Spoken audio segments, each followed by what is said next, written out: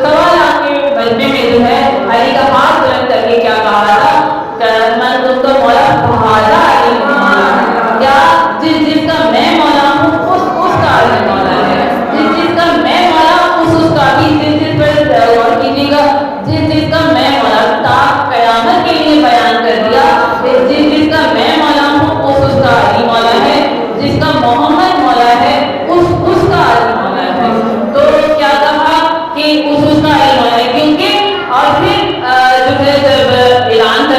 یہ ہو گیا اعلان تو جبرائیل آئے، آیت لے کر آئے، سورہ مائدہ کی آیت نمبر 3 لے کر آئے اور کیا کہا کہ آج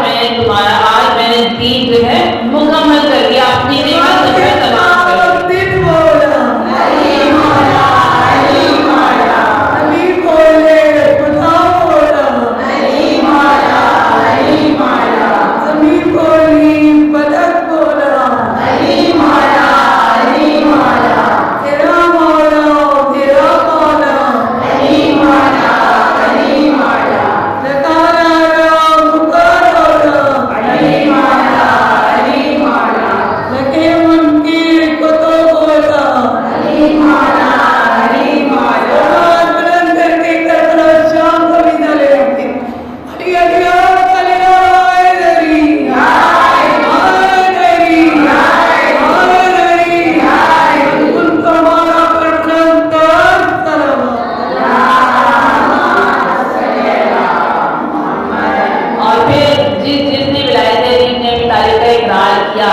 جس نے اقرار کیا اس کے پروردگار عالم نے ایک کائنات کے ہر ذرے سے جو ہے اس سے جو ہے مولا علی کا اقرار فرمایا۔ تو ایک روایت بیان کروں، بات واضح ہو جائے گی کہ مولا کائنات علی بن ابی طالب کہتے ہیں کہ پروردگار عالم نے میری ہدایت کو کائنات کے ایک ذرے کے سامنے رکھا، اور جس نے انکار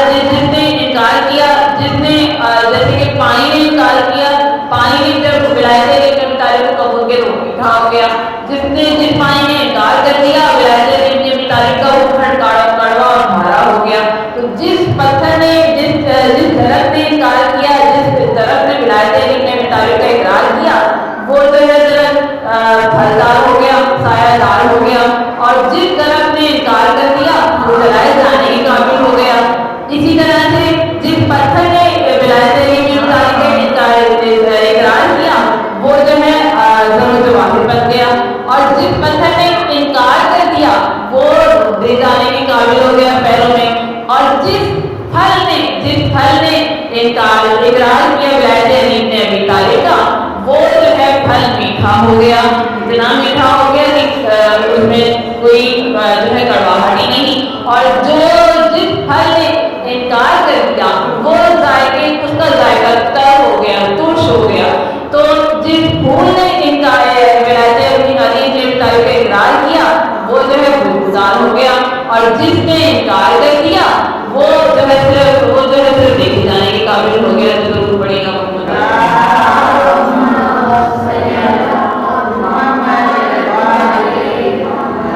تو ہمارے لیے جب ایک چیز پر کائنات کی ایک چیز پر جو ہے ولایت علی بن ابی طالب کا اقرار کروایا پروردگار عالم نے، تو پھر ہمارے لیے پروردگار نے کیا کہا؟ پروردگار عالم کیا کہتا ہے مولا کائنات کو امام علی کو رسول خدا پیغمبر اسلام فرماتے ہیں، کہتے ہیں سامنے بیٹھے ہیں رسول خدا مولا علی کے، کہتے ہیں علی تمہارے سامنے والے اور محبوں کی تعریف بتاؤ کیا ہوتی ہے ان کی عظمت، جنہوں نے تمہاری ولایت کا اقرار کیا، جنہوں نے تمہاری ولایت کا اقرار کیا، ان کی عظمت کیا ہے بتاؤ۔ ضرور پڑھیے گا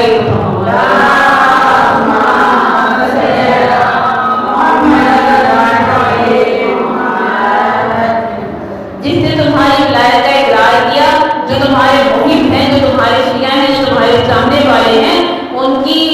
جو ولادت ہوتی ہے وہ پاکیزہ ہوتی ہے، وہ جو ہے ان کی پاکیزگی ان کی ولادت جو ہے وہ پاکیزہ ہوتی ہے، وہ حلال زادے ہوتے ہیں۔ دوسری خوبی یہ کہ پروردگار عالم انہیں جو ہے اسلام انہیں جو ہے اپنا محب تصور کرتا ہے، جو تمہارے چاہنے والے ہیں، جو تم سے محبت کرتے ہیں، جو تمہاری ولایت کا اقرار کرتے ہیں، پروردگار انہیں اپنا دوست سمجھتا ہے، جو تم سے تمہارے دشمن ہے، پروردگار انہیں اپنا دشمن سمجھتا ہے۔ اور پھر کیا کہا پروردگار، کیا کہا رسول خدا نے، کہتے ہیں کہ جو تمہارا محب ہوتا ہے، جو تمہارا شیعہ ہوتا ہے، جو تمہارا چاہنے والا ہوتا ہے، اس کا دل کبھی غریب نہیں ہوتا، اس کا دل بے نیاز ہوتا ہے، دنیا سے بے نیاز ہو جاتا ہے۔ جس کے دل میں ولایت علی بن ابی طالب ہوتی ہے وہ جو ہے دنیا سے بے نیاز ہو جاتا ہے، وہ سب سے بڑا مالدار ہوتا ہے، وہ غریب نہیں ہوتا۔